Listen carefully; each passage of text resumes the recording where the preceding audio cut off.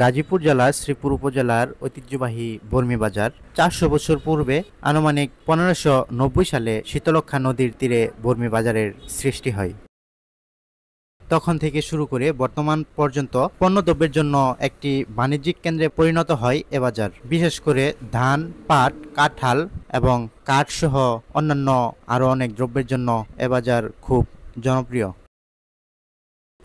ইতিহাস থেকে জানা যায়, একসময় এটি সারা বাংলাদেশের সবচেয়ে বড় গ্রাম্য বাজার ছিল এই বর্মি বাজার।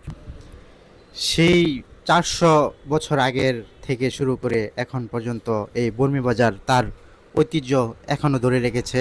প্রতি সপ্তাহে বুধবার দিন এখানে বিশাল হাট বসে। তার মধ্যে ধানের সিজনে ধান, কাঁঠালের সিজনে কাঁঠাল। আমরা এখন দেখছিলাম সেই বর্মি বাজারের ভিডিওটি ভালো লাগলে অবশ্যই একটি লাইক দিবেন, শেয়ার করবেন বন্ধুদের সাথে। আল্লাহ হাফেজ।